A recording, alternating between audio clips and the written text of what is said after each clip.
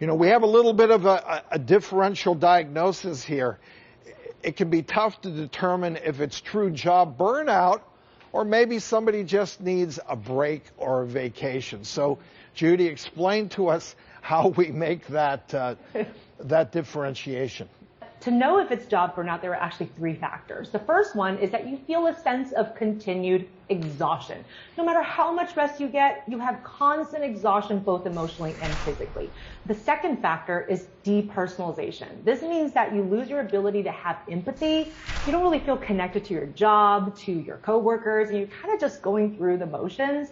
And then third, a feeling of ineffectiveness. No matter how hard you try, you just don't feel like you're moving forward, accomplishing things well, or contributing meaningfully. Now, if any of these factors are in the picture, you might have actual job burnout. And again, you have to distinguish that from other kinds of burnout feelings you might feel in other portions of your life that aren't work, like your social life or like your home life. And also it's important for everybody to know that burnout often comes with signs of depression. So this is sadness, loss of interest in things you used to enjoy, changes in appetite or sleep, or irritability, kind of like you're on edge. All of these types of symptoms can co-occur with job burnout and of course then impact your quality of life. JT, back to you. So what does great resignation mean when it comes to employers and the job market in general? Well, you know what? This is a tipping point. This has been in the works for decades. People have been unhappy, knew they were out of balance. We've been talking work-life balance for a long time. Then you saw 2008, the recession hit, people started to really pay a bit more attention, and then the gig economy comes along, and every job is temporary, and people are dealing with that stress. So it shouldn't surprise us. Companies should not be surprised by this, but they are. And as a result, they're experiencing something called churn.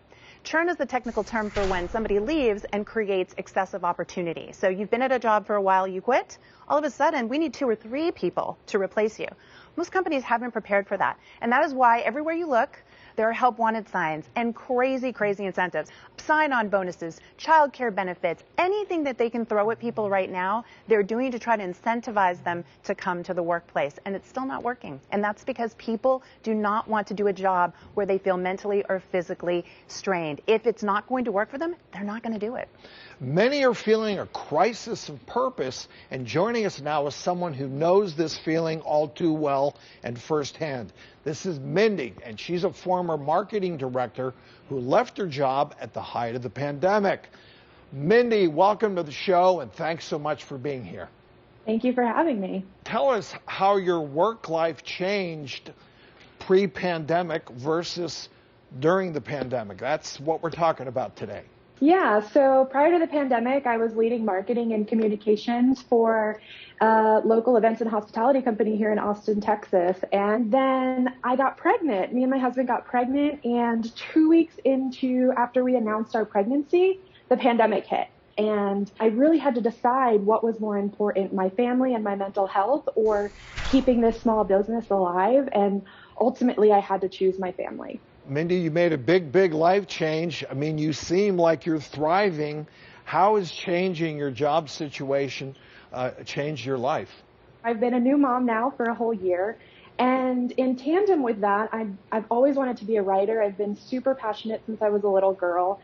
And I'm starting my own writing business, and I've been successful at it. And my life has changed. I feel happier. I feel lighter. I'm proud to say that I'm doing what I love to do and setting that example for my daughter. Wow. Well, Mindy, we're so happy for you. We're glad that this life change you made has worked out so well. Thank you for sharing your story. I think it's going to be food for thought for a lot of people out there.